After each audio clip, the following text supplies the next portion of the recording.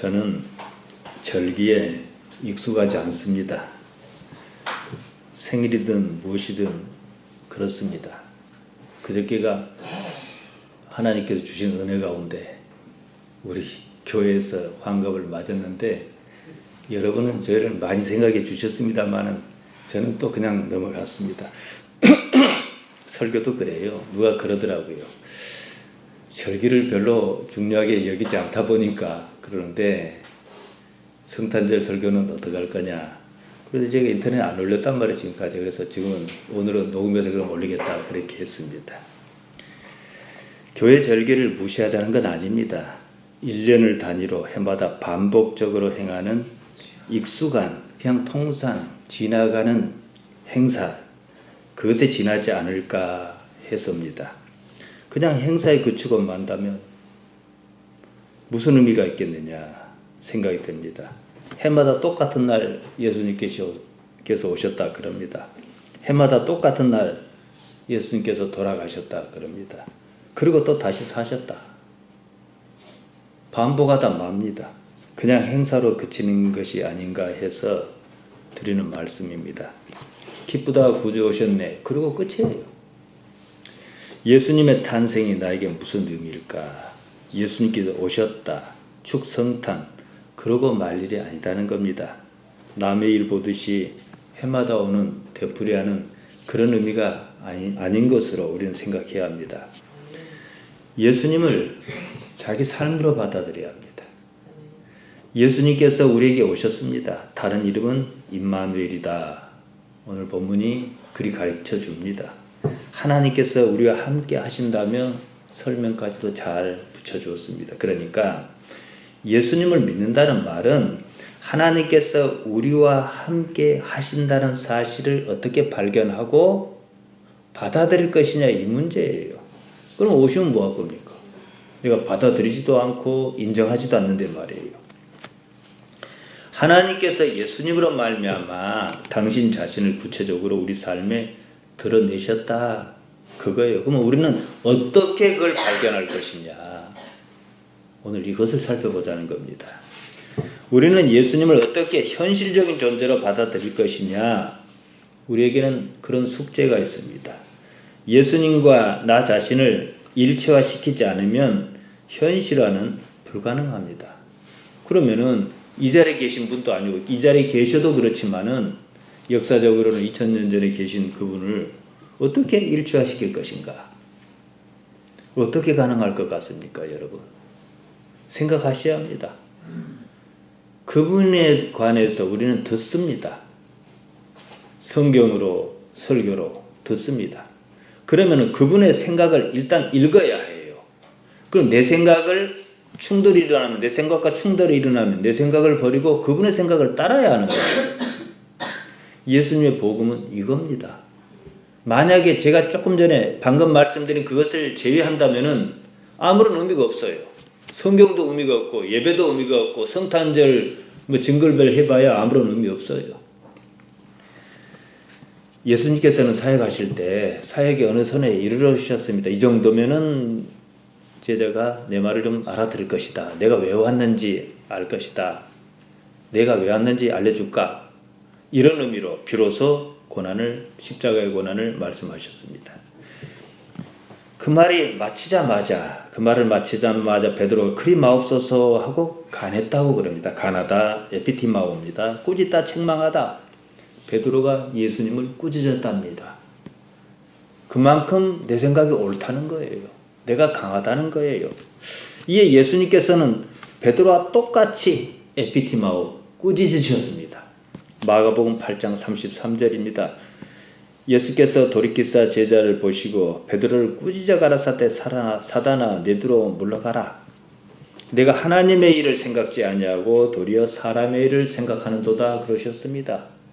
왜 베드로가 사단이라는 소리를 들었습니까? 자기 생각을 포기하지 않았기 때문이에요. 다행히 내 생각이 예수님 생각과 같으면 뭐라 할 거 없어요. 오늘 그러니까 예수님께서 오셨단 말이에요. 오시면 뭐 할까는 얘기예요. 내가 예수님과 동기화가 이루어지지 않는데요. 뭘로요? 생각으로요. 여기서 우리는 베드로와 예수님과 베드로 둘 사이에 생각이 다르다는 사실을 읽을 수 있습니다. 생각이 다르면 뭐예요? 사다나. 이 소리 듣는다는 거죠. 생각하다 풀어내옵니다. 마음을 기울이다는 뜻이에요. 관심이 어디 있느냐? 이겁니다.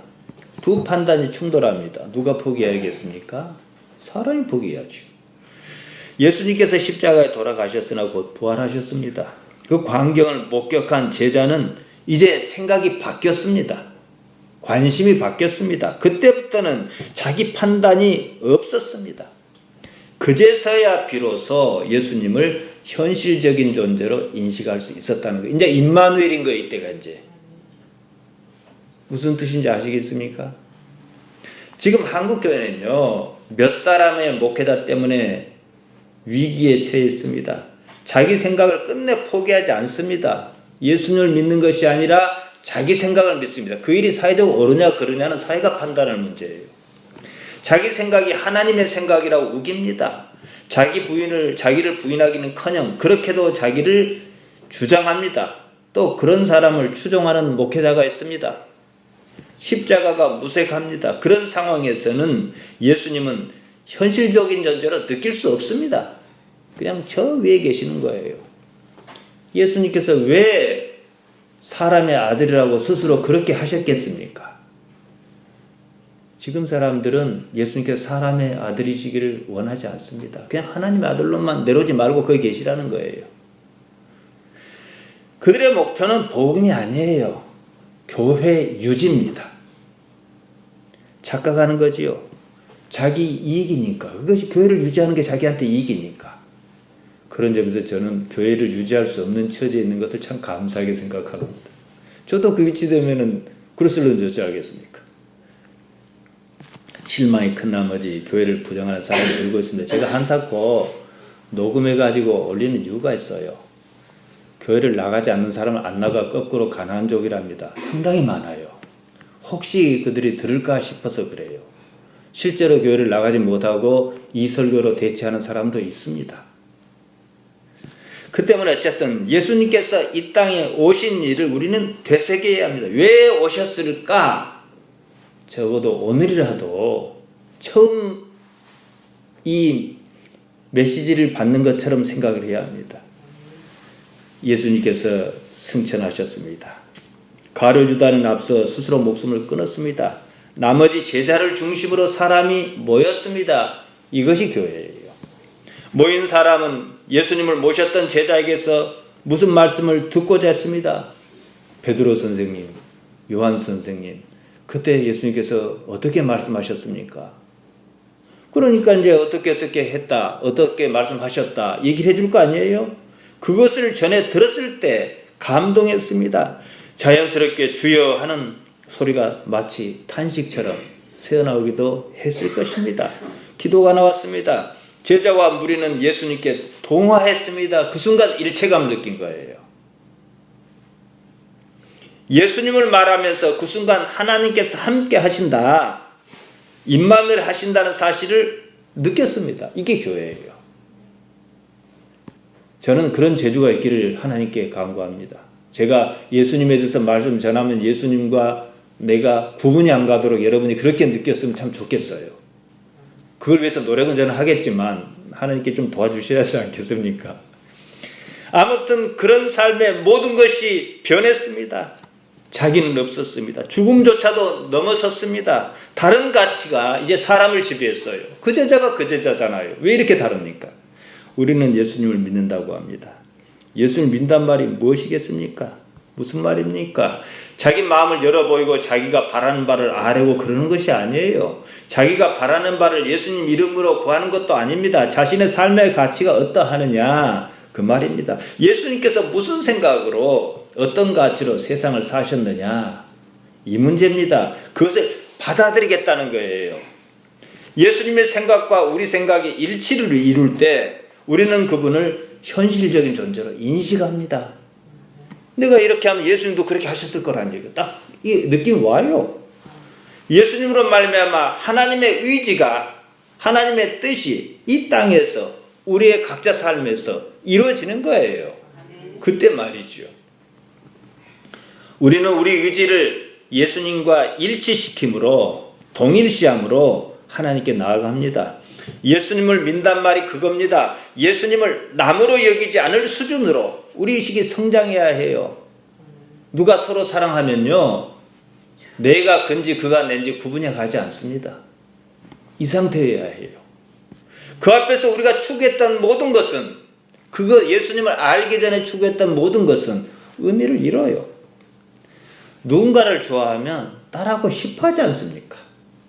예수님을 좋아하면 예수님 따라하고 싶습니다. 어떤 목회자들은 예수님 따라하고 싶지 않은 거예요. 예수님을 따라하려 하지 않습니다. 다시 말해서 예수님만 십자가에 죽으시라는 거예요.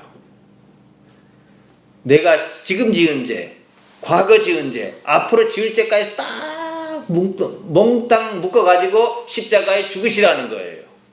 이런 생각을 가지고 있는 사람이 있어요. 예수님의 가치는 무엇이었습니까? 하나님의 나라였습니다. 하나님께서 살아계셔서 이 땅을 통치하고 계신다는 사실을 당신 삶에서 인식하셨다, 이겁니다. 믿음은 바라는 것의 실상이 아니에요. 히브리서의 번역을 우리가 잘못 이해하고 있어요.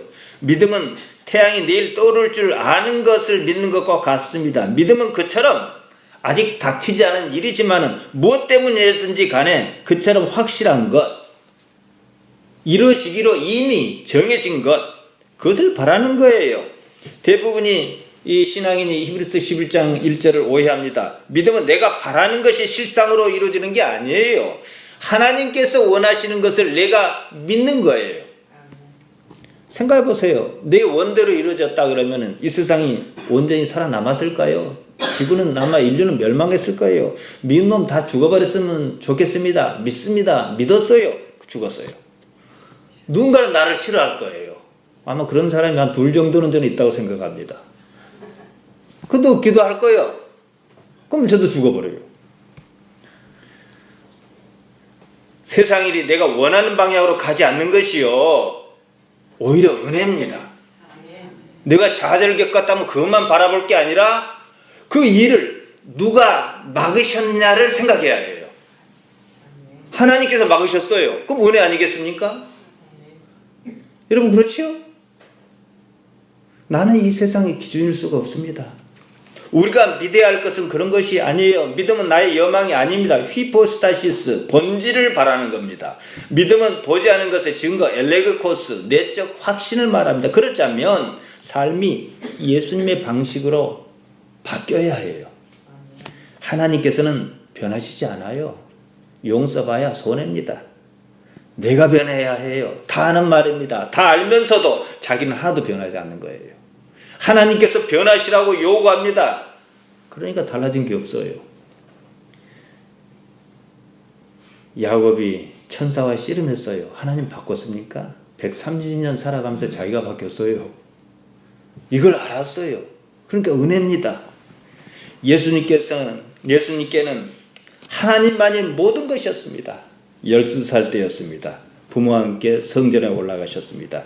부모는 아이를 잃어버렸다가 찾았습니다. 얼마나 놀랐겠습니까? 모친이 근심하며 찾았다고 말합니다. 예수님께서 이리 대답하십니다. 누가복음 2장 49절이에요. 어찌하여 나를 찾으셨나이까? 내가 내 아버지 집에 있어야 할 줄 알지 못하셨나이까? 이러시는 거예요. 예수님께 하나님은요, 그냥 아버지였어요. 여러분의 신앙 상태가 좋은 상태입니다. 그때 하나님 부르면 은혜가 큽니까? 아버지 부르면 은혜가 큽니까? 은혜가 큰 쪽으로 부르십시오. 그냥 아버지예요. 우리는 그 느낌을 이해합니다. 그걸 받아들여야 해요. 하나님을 진정 아버지로 여기고 있는가 생각하셔야 해요. 마태복음 1장 23절입니다. 또 처녀가 잉태하여 아들을 낳을 것이요 그 이름 임마누엘이라 하리라 하셨으니 이를 번역한즉 하나님께서 우리와 함께 계시다 함이라. 임마누엘, 신약 성경은 우리가 잘 알다시피 헬라어로 썼기 때문에 임마누엘 헬라어로 썼습니다만은 본래 말은 히브리어입니다. 구약 언어예요. 그래서 제가 순서지에 임마누엘 써놓은 거예요. 히브리어는 참고로 오른쪽에서 왼쪽으로 씁니다. 이게 뭔 그림인지 몰라도 좌우자는 임마누엘입니다. 이게 임마누엘은 하나님께서 우리와 함께 계신다 그 뜻입니다. 이것이 예수님의 의미예요. 예수님만 딱 보면 하나님 보여야 해요. 성전에서 내가 아버지 집에 있어야 할 줄 모르셨나이까 그 말이에요. 예수님으로 말미암아 하나님께서 우리와 함께 하신다는 증거가 나타나야 합니다. 거기에 따른 삶의 가치가 바로 우리 신앙이 지향하는 바입니다. 예수님께서는 성전에서 아버지를 생각했습니다. 이미 임마누엘을 느끼고 계셨다. 이거예요. 하나님께서 우리와 함께 하십니다. 말은 잘해요. 하나님께서 우리와 함께 하신다는 증거가 아무것도 안 나타나는 거예요. 말만 그렇다는. 그래서 제가 서두에 행사로 되풀이하지 말자는 거예요. 내가 실제로 그렇게 느껴야 합니다. 그래서 자기를 부인하는 그런 것이 있어야 합니다. 자기가 사라지니 하나님만 남습니다. 임마누엘은 이 의미예요. 성탄절입니다. 오늘 같은 날에는 예수님께 왜 오셔야 했을까 깊이 생각합니다. 로마 교황청도 온 누리의 평화가 이럴 거예요. 그럼 뭐 할 거예요? 하나도 안 변하는데요. 그건 덕담이에요. 덕담은 나쁜 건 아니지만은 내 삶에 직접적 유익을 주지는 않습니다. 우리는 직접 이 삶에 하나님께서 어떻게 살아 계신지를 발견해야만 해요. 흔히들 예수님께서 왜 오셨을까요? 하면 우리를 구원하기 위하여 오셨다 그럽니다. 오늘 본문에 나타난 대로 구원이란 말은 죄에서 구원입니다. 하마르티아를 없이 하는 상태를 말한 거예요. 하마르티아가 불행을 불러오지 않습니까? 그 말입니다. 구원은 소테리아입니다. 구원한다, 소조입니다. 안전하다, 좋다 그런 뜻이에요. 영어로 굿입니다. 구원은 결국 좋은 삶, 행복한 삶을 말해요. 사람이 하나님으로 말미암아 만족해서 하마르티아가 물러갔기 때문에 행복감을 느낍니다. 그 사람의 존재 방식과 위치와 상관없이 말해요. 불행의 근본적인 원인을 없이 한 상태입니다. 불행의 원인을 뭐라 합니까? 죄라 그럽니다. 하마르티아예요. 본뒷말이요. 화살 같은 것이 관역을 잘못 맞췄다는 뜻입니다. 목표를 제대로 맞출 수 없는 상황이에요. 사람의 삶의 현실이 그처럼 꼬인 상태다. 그 말입니다. 구원이란 하마르티아의 상태로부터의 구원을 말합니다. 삶에 꼬인 것이 없으니 나는 행복하다 말할 수 있습니다. 몸의 삶에서 잠깐은 고통이 있어요. 그렇다고 그 고통이 한 사람의 삶 자체를 망치지 않는 줄 압니다. 그런 고통은요, 고통이 있다 그럽시다. 몸만 버리면 끝이에요. 이걸 우리가 이해를 해야죠. 영혼은 어떻게 못해요. 그러니까 영혼을 멸하시는 자를 두려워하라. 그리 말씀하셨던 거예요. 결국 하나님과 내가 어떤 관계냐 이것만 남습니다. 임마누엘은 인생사 불행의 근원을 제거할 단 한 번의 하나의 방법입니다. 따라서 우리는 예수님의 말씀에서 그걸 찾아야 해요. 하나님께서 우리 아버지시란 사실 인식과 함께 무슨 일체감이 생겨야 한다는 거지요. 그러니까 하나님 그러면은요, 하나님 믿습니다, 예수님 믿습니다 그러면은 개념이 좀 달라요. 하나님을 믿습니다 그러면 그 사람이 우리가 알고 있는 하나님과 다른 하나님을 생각할 수도 있어요. 그건 두루뭉술해요. 그러나 예수님 믿습니다 그러면 하나님, 예수님을 통한 하나님은 보다 분명한 거예요. 언젠가 제가 이걸 말씀드렸지요. 자기를 버리지 않으면 아무것도 얻을 수 없습니다 하여 우리는 각자 삶에서 통증을 느낀 거예요. 왜 삶의 고통, 통증을 느낀 줄 아십니까? 고통은 자기를 버리는 것 때문에 그런 거예요. 자기를 버려버리면 통증이 없어요. 왜 기분 나쁩니까? 자기가 살아서 기분 나쁜 거예요. 자기를 버리려 하지 않기 때문에 삶에 고통스럽습니다. 자기를 버리고 나면 그렇게까지 고통스럽지는 않다는 사실을 압니다. 하나님을 아버지로 한다면 우리는 하나님을 의식합니다. 그래서 이 자리에 나왔습니다. 그렇다면 그냥 내려놓는 것이 방법이에요. 현실의 모든 것을 받아들입니다. 그것도 어렵다 싶을 때가 있어요. 내 능력이 아직 그 수준은 아니니까. 그러면요, 지금 여기 있는 것이 가장 쉬운 방법입니다. 제가 그래서 이걸 찾으려고 애를 썼던 거예요. 자신의 존재 사실을 매 순간 현실적으로 알아차립니다. 그러면 모든 것이 허상이란 사실에 감이 잡힙니다. 현 존재 그 자체 이외의 아무것도 중요하지 않다는 사실을 알아차립니다. 남의 불행을 가지고 비유를 드린 것은 좀 그렇긴 합니다. 아이들이 대학 입학 수학능력 시험을 마쳤어요. 함께 잠깐 놀러 갔다 왔는데 한 아이는 쓰러지고 살아나고 그랬어요. 이제 그리고 다행히도 그 산소 탱크에 들어간 아이들이 다 살아난답니다. 젊어서 그런지 어쨌든 감사한 일이에요. 산소 탱크에 의식 걸린 아들이 들어갔을 때 대학이 중요하겠습니까? 뭐가 중요하겠습니까? 왜 평소에는 그 마음으로 못 살지요? 나도 마찬가지예요. 내가 숨을 쉬고 있다는 것이 기적이고, 여러분이 천지가 개벽할 정도의 기적이 뭔지 제가 하나 알려드릴까요? 여기 여러분이 계시다는 거예요. 왜 여기 오셨지요? 그렇지 않습니까? 어떤 이는 안 오는데 왜 나는 여기 와 있지요?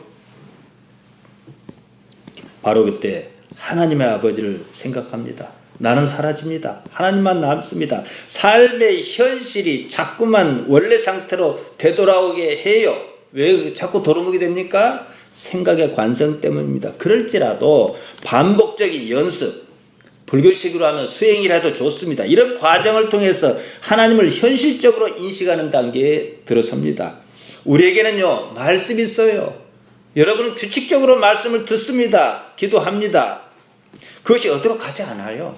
우리가 자신을 하나님 앞에 현존적으로 인식할 때 익히 들었던 말씀이 작용합니다. 하나님과의 관계를 돈독하게 합니다. 앞서 예수님과의 일체감을 말씀드렸습니다. 말씀을 들어야 한 이유예요. 믿음은 들으면서 난다 하지 않았습니까? 말씀으로 일체감의 단계에 들어서는 순간 우리는 임마누엘을 기대합니다. 신학자는 하나님을 선 그 자체다 이렇게 표현합니다. 숫는 보는 지고의 선이다 이거예요. 구원이란 하나님의 영광에 이르는 문제입니다. 죄의 하마르티와는 결코 양립할 수 없습니다. 이것은 기독신앙에서 매우 중요한 개념입니다. 아무리 목표를 잘 겨냥했다 해도 마칠 수가 없는 거예요. 삶이 단단히 꼬였습니다. 아무리 잘하려 애써도 소용이 없어요. 그런 상태가 하마르티합니다. 이게 술 취한 상태 같아 이거예요. 우리 신앙은 그 방법을 예수님께로 찾자는 겁니다. 나의 생각을 버리고 대신 예수님의 생각을 받아들이자 이겁니다. 그래서 예수님을 따르려는 사람은 반드시 자기를 부인해야 합니다. 마음이 바뀌지 않으면 방법이 없어요. 천국도 무엇도 다 소용없습니다. 요한복음 1장 1절은 마치 창세기를 보는 듯합니다.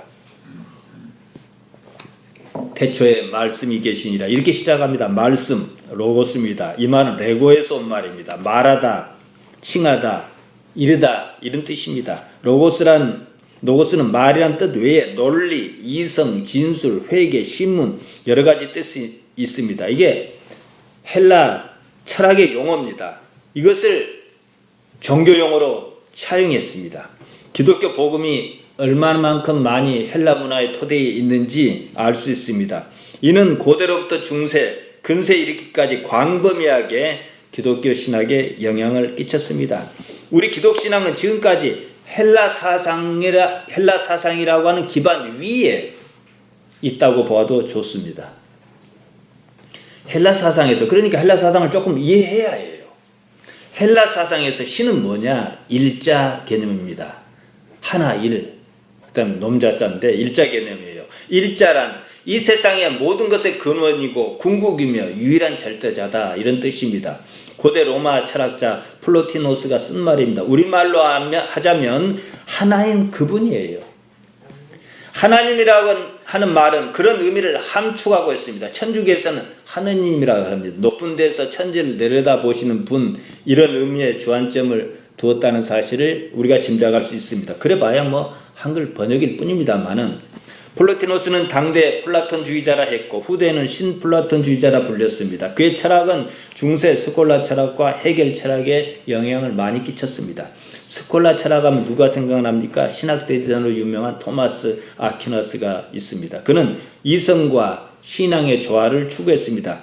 아퀴나스 당시만 해도 철학이 신학이었고 신학이 철학이었습니다. 이런 것이 근대를 거치면서 각기 제갈 길을 가는 것처럼 보입니다. 아무튼 헬라 철학은 기독 신학의 요람이라는 거예요. 기본적으로 헬라 사상을 이해해야 말이 통합니다. 플로티노스의 일자 개념은 외형상 우리가 쓰는 하나님 개념과 일치합니다. 헬라 관점에서 보면 기독교는 아무것도 아니에요. 일자 대신 하나님이라고 바꿨기 때문이지요. 일자는 인간이 이루고자 하는 궁극 목적입니다. 하나님을 무엇이라 불렀든지 간에 일단 개념 정리를 그렇게 했어요. 과연 인간이 그것을 쉽게 이룰 수 있겠느냐? 이제 여기서 우리 기독 신앙이 사실 가치를 바라는 거예요. 불교도 마찬가지입니다. 불교는 신이 없어요. 하지만 신 개념은 여전히 있습니다. 누구나 구원에 이를 수 있다 하지만 과연 그럴 수 있겠느냐는 의문이에요.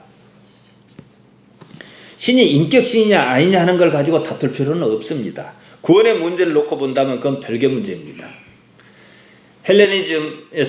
헬라 사상에서 궁극 목적인 하나님을 지구의 선이라 합니다. 궁극의 아름다움에 이르는 것입니다. 선이든 아름다움이든 원래 의미는 같습니다. 사람이 아름다움을 추구하다 보면 아름다움의 본질인 선에 곧 신에 도달할 수 있다는 거예요.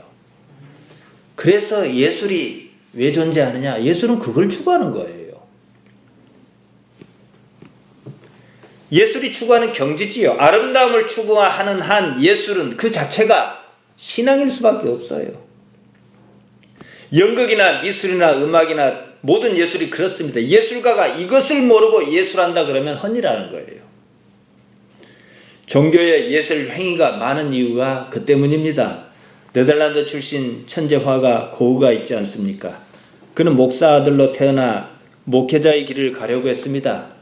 신학교에 지원했지만 낙방하자 그림으로 구원을 이루겠다 했습니다. 아름다움을 추구하는 미술이 구원의 한 방법이라 생각했던 것 같습니다. 하나님은요, 말씀드린 대로 아름다움의 극치입니다. 아름다움은 그 자체가 선입니다. 하지만 예수님 말고의 여타의 방법은 넉넉하지 않다는 거예요. 어렵습니다. 계룡산에 들어가 돌을 닦는 것만큼은 어렵습니다. 예수님의 말씀은 쉽습니다. 쉬운데도 안 들어요. 나는 변하지 않으려고 그래요. 왜냐? 이 세상이 전부인 것처럼. 이 세상이 이익이라고 잘못 알고 있으니까 말이죠. 예수님께서 제시하는 방법은 명확하고 쉽습니다. 마태복음 11장 30절에서 내 멍에는 쉽고 내 짐은 가볍다 그러셨습니다. 우리에게는 출가와 같은 극단적인 방법이 필요하지 않습니다. 그냥 일상의 삶 가운데 곧 로고스에 이르는 방법이 있다 이거예요. 생육하고 번성하고 사랑하면서 말이지요. 고린도전서 1장 18절은 말합니다. 십자가의 도가 멸망하는 자에게 미련한 것이요 구원을 얻는 우리에게는 하나님의 능력이라. 매우 함축적인 표현입니다. 십자가의 도라 했습니다. 이 도가 별말 아니에요. 로고스입니다. 그러니까 이런 건 번역을 좀 제대로 했으면 좋겠어요. 하다못해 가로라도 치고 도 가로치고 로고스 하든지. 이건 번역 문제가 있어요. 말씀 곧 로고스가 방법이라는 거, 십자가의 방법, 십자가의 로고스다 이거지요. 예수님을 믿는다는 것은 바로 그 방법을 취하는 거예요. 근데 우리는 십자가 하면 무조건 싫어하고 본다 이거죠. 그리고 이제 십자가를 거부할 수는 없으니까 예수님만 십자가 지시라 그래요. 우리는 복으로 다 때웁니다. 하지만요, 어떻게 도를 통한다고요? 십자가로 도를 통한다는 거예요. 예수님의 방법은 십자가였습니다. 그러면 우리도 각자 자기 십자가를 좋든 굳든 져야 합니다. 자기 부인의 현실적인 부분입니다. 하나님 때문에 지금 이 삶의 현실을 우리가 받아들이는 거예요. 좀 과격한 표현 같아서 그렇습니다만은 하나님 아니면 우리 다 죽어버려야 해요. 더 살면 뭐 하겠습니까? 그렇지 않습니까? 더 젊어지는 것도 아니고. 하나님 때문에 우리가 살아있는 거예요. 이걸 생각하셔야 합니다. 예수님께서는 십자가를 지셨습니다. 십자가는 당시 사람의 아들 예수님께는 현실이었습니다. 십자가를 거부하실 수 없었습니다. 왜요? 하나님 때문에요. 다른 이유는 없습니다. 거기다가 뭐 이러고 저러고 이유 다를 필요 없어요. 하나님께서 십자가 외에 다른 방법을 주시지 않았기 때문이었어요. 기도를 하셔도 우리보다 더 잘하실 거예요. 응답 못 받으신 거예요. 그러니까 우리가 응답이 없다 해서 놀랄 필요 없어요. 그것이 그분의 삶이었습니다. 받아들이셨습니다. 하나님 때문에 말이에요. 우리도 그러지 않습니까? 왜 이 삶을 받아들여요? 하나님 때문에요. 이게 자꾸 나가다 보면 내 영성의 깊이에 도달할 것이고 이유를 알 것이고, 그러면 예전보다는 덜 고통스러워요. 덜 고통스러운 꼭 그만큼 삶의 의미를 아니까 기쁨이 생기는 거죠. 실망을 하더라도 조금만 실망이에요. 현실의 주인이 하나님이시라는 인식이 분명하셨습니다. 삶은요, 내가 선택하는 거 아니에요. 우리 집사님들은 여자로 태어나서 많이들 고생하셨습니다. 뉴질랜드에서 태어나셨으면 좀 행복하셨을 텐데, 내가 여자로 선택한 거 아니에요. 내가 남자로 선택한 거 아닙니다. 내가 선택한 삶이 아니에요. 그렇다면 나는 이 삶을 그냥 살아내면 그만이에요. 삶을 주신 하나님께서 이 삶을 어떻게 이끌어 가시는가 지켜보는 그것만 내가 할 수 있는 일이에요. 그리고 그것이 가장 중요한 일입니다.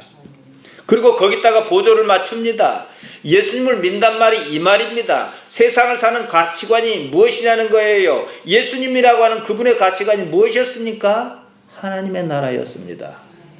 임마누엘이 무슨 뜻이라 했습니까? 하나님께서 우리와 함께 계신다, 그겁니다. 하나님의 나라 바실레이안 투 데우가 그런 의미입니다. 삶은요, 그냥 삶일 뿐이에요. 내가 좋다고 느낄 수도 있고 그렇지 않다 생각할 수도 있습니다. 그렇든 저렇든 그냥 삶입니다. 내가 좋아하지 않는 삶일지라도 그것을 감당하는 이유가 우리에게는 분명해야 해요. 하나님 때문에요. 이게 예수님의 방식입니다. 하나님께서는 아버지십니다. 왜 한사코 아버지라 하셨겠습니까? 아버지는요, 원칙적으로 내가 좋아하는 삶을 주셔야 맞습니다. 근데 나는 이 삶을 원하지 않은 거예요. 근데 왜 이 삶이 있을까요? 좋은 아버지신데.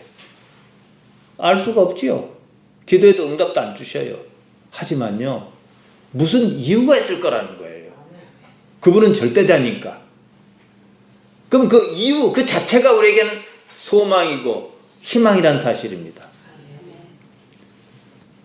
내가 그 삶을 싫어하는 이유는 간단합니다. 왜 싫어합니까? 하나님의 기쁜데 통달하지 못했기 때문이에요. 다른 이유는 없습니다. 이해 부족입니다. 그러니까 설교자는 뭐예요? 이해할 수 있도록 연구를 많이 해가지고 알려줘야 하는 거예요. 구원이란 궁극적으로 하나님께 도달하는 것입니다. 헬레니즘에서 구원은 신과의 합일이다, 이렇게 개념을 잡습니다. 우리 신앙에서 구원은요, 하나님을 아버지라 부른 데 있습니다. 헬레니즘 관점에서 사람이 스스로 구원에 이룰 수 있다고 보지요. 헤브라이즘 관점에서 아무래도 못한다는 거예요.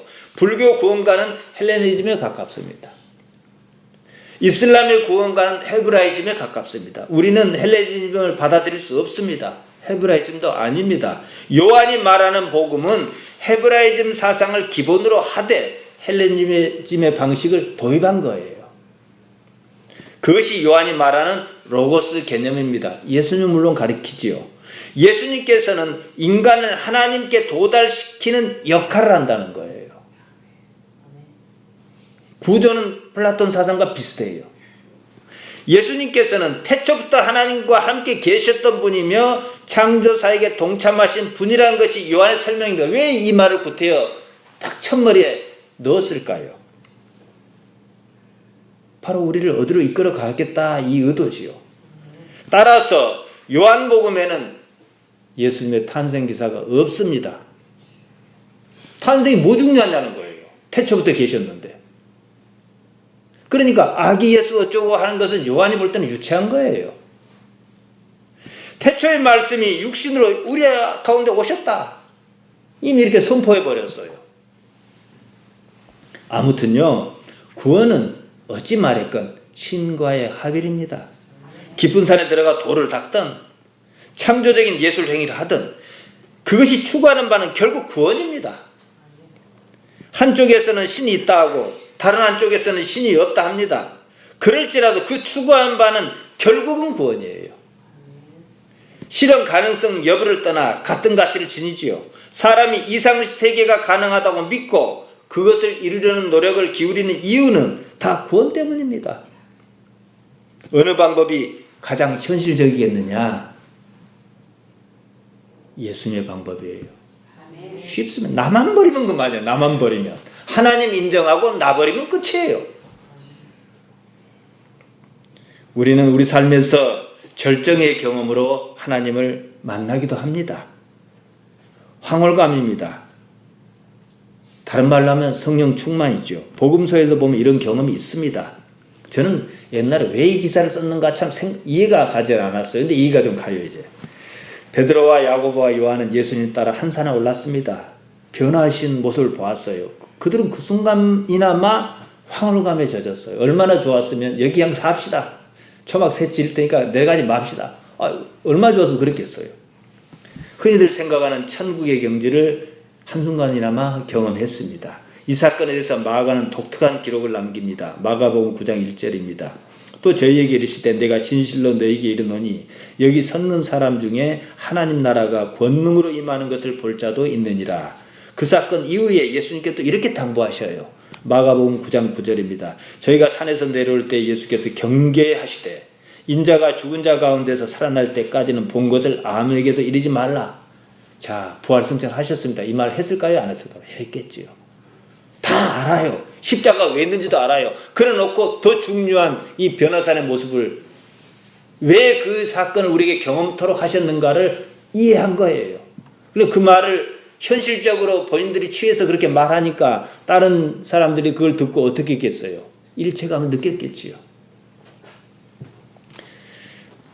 그들은 절정의 경험을 경험했습니다. 구원은 창조주 신과의 합일입니다. 예수님의 같이 곧 하나님께서 우리와 함께 하신다는 사실, 임마누엘은 달리 말하면 그 가능성입니다. 우리는 예수님의 방식으로 말미암아 하나님께서 우리와 함께 하신다는 사실을 우리 경험의 세계로 끌어들이려고 합니다. 이게 우리 기독신앙이에요. 우리는 나름 험악한 세월을 삽니다. 하나님께서 우리가 이 세상을 살 수 있는 근거여야 합니다. 예수님의 말씀에서 우리가 흔히 쓰는 말로 하자면 말씀의 삶에서 하나님께서 아버지이신가를 발견하는 문제입니다. 그것은 곧 세상을 사는 힘입니다. 사실요, 여러분이 참 어렵게 산다 그럽시다. 힘들게 살아요. 흔히 하는 말로 예수님 아니면 오늘자도 그냥 확 죽어버렸으면 좋겠다. 10분 정도로 힘든 삶이라 그럽시다. 근데요, 하나님만 알아주면 그 삶을 삽니다. 우리가 바란 건 이거예요. 그러면 그 부분을 살려내자는 거예요. 복음서 제자나 사도행전 제자나 그 사람이 그 사람입니다. 하지만 사도행전의 제자는 복음서의 제자와 확연히 다른 삶을 살았습니다. 어째서 그렇겠냐는 거예요. 자기가 처한 세상 형편과 상관없이 황홀한 삶이었습니다. 성령 충만했습니다. 구원을 미리 경험했습니다. 엿보기로 경험했습니다. 하나님께서 우리와 함께 하시는 그런 경험으로 살았습니다. 그들은요, 하나님 나라에 살았다는 거예요. 그게 하나님 나라 개념입니다. 그러한 경험이 쌓이면 내적 확신을 줍니다. 히브리서 11장 1절에서 증거라고 번역하면 엘레그코스가 바로 그 말입니다. 이처럼 믿음의 삶은 아직은 가보지 않은 영원한 세상을 가본 것처럼 확신하게 하고 기대하게 하는 거예요. 저는 진실로 궁금합니다. 다윗의 동네에 구주가 나셨다. 성경 그리 말합니다. 이미 약속은 그대로 나타나셨다. 이 뜻이에요. 왜 약속한 대로란 말이 꼭 필요합니까? 하나님께서 이미 어떤 계획을 가지고 그걸 실행에 하나씩 하나씩 옮기고 계신다. 이걸 알려주기 위함입니다. 사람에게는 예수님이 필요합니다. 무엇보다도 예수님의 복음은 구원에 이르는 가장 쉬운 방법을 가르쳐줍니다. 하나님의 통치를 말하는 하나님의 나라 바실레아 투데오를 인정하고 받아들이는 것만으로 가능하다는 거예요. 한 번씩 그러는 거예요. 내가 힘 빼자. 이 일에 하나님께 어떻게 하시려는가? 나는 그냥 살 뿐. 지금 여기 있어야지. 이래도 살아요. 하나님께서는 창조와 함께 영원히 살아계십니다. 하나님께서 창조하신 우리 또한 지금 그 나라에 있어요. 어떤 이는 그 사실을 거부해요. 그러니까 이게 쌓여서 불행이 만연한 거예요. 하마리 태아가 넘쳐요. 그러나 또 어떤 이는 내 마음에는 안 들지만 인정해요. 그래서 한 단계 올라갑니다. 지금 우리가 사는 이곳은 하나님의 통치가 있는 데입니다. 살아계신 하나님 그렇지 않습니까? 우리가 흔히 하는 말로 내가 하나님만 아니면 이런 말 쓰잖아요. 그것으로 말미암아 하나님께서는 영광이요 사람에게는 평화 마땅합니다. 구원을 이룬 사람이 이 땅에 충만하다면 이 세상에는 사람으로 말미암은 고통만큼은 없을 것입니다. 아울러 하나님께서 살아계시니 우리가 재난이라 여기는 고통조차도 자꾸만 줄어들 거예요. 고난의 모든 의미는요, 하나님을 알게 하려는 데 있습니다. 다른 의미는 없습니다. 우리가 사는 이 땅이 베드로와 야고보와 요한이 경험했던 변화산이어야 합니다. 사도행전에서 제자가 경험했던 그런 세상이어야 합니다. 우리 신앙은 한마디로 예수님께서 사람의 아들로 사셨던 삶의 가치를 받아들이는 거예요. 지금 우리에게는 사람의 아들이 필요합니다. 그래야 그 길을 우리가 이해할 테니까요. 예수님께서 그러셨던 우리 또한 하나님께서 이 땅을 다스리고 계신다는 사실을 인정하고 받아들인다 그 말입니다. 관점을 바꿔봅시다. 삶의 현실에서 삶의 현실 그대로 둡시다. 거기서 하나님을 인정하면 모든 거 내려놓을 수 있습니다. 그전에는 아무것도 그렇게 할 수 없습니다. 우리 앞에 당장 십자가가 놓였을지라도 두려워하거나 놀랄 이유가 없습니다. 실망스럽고 저게 힘들겠다 이런 감은 있을 수 있어요. 그러나 하나님을 인정한 사람은 결국은 예수님과 똑같은 기도를 할 수밖에 없어요. 이것을 쉴 수 있게 힘을 주옵소서. 이럴 게 아니겠습니까?